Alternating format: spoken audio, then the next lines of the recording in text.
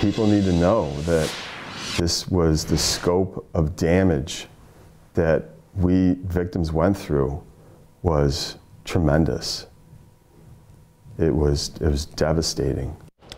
Those are the words of a survivor of sex abuse in the Buffalo Catholic Diocese. This man is among dozens of survivors now being shut out of the diocese compensation program. Our I-Team Chief Investigator Charlie Specht reports on this for us this morning.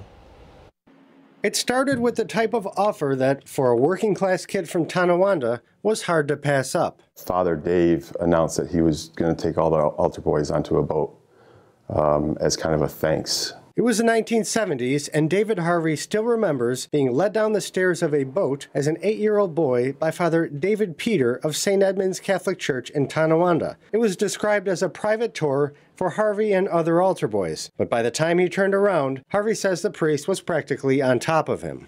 I knew that I was in trouble, and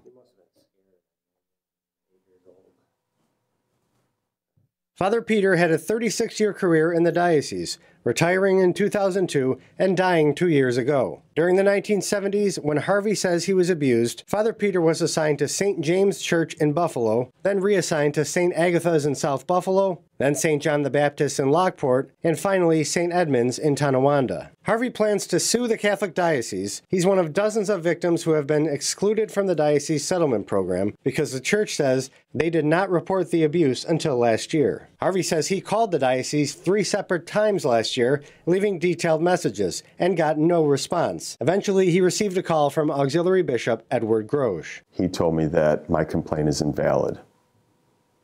He said, I'm the only one that has complained about him. And he says, and let's be real. He's dead. He can't defend himself. The story is different from so many of the awful stories of abuse because it goes beyond the priest and actually involves 2 other adults who knew of the abuse but looked the other way. Oh, geez. And is that something, Charlie, that we're going to hear more about then? That's right. We're going to have more on that at 11 o'clock tonight. And if you want to read the details, they're on our website, wkbw.com right now.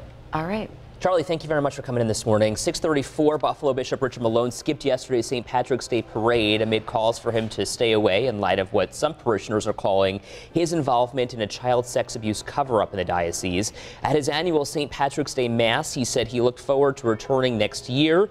Protesters outside St. Joseph's Cathedral said if the bishop can't represent the church at the parade, he shouldn't represent the diocese as bishop either. Where the bishop has functioned in a certain sense as Grand Marshal historically, and he considers himself ineligible to represent the community there, how is he eligible to represent the Catholic community in any way in Western New York? You can read about our full investigation into the diocese cover-up right now on WKBW.com.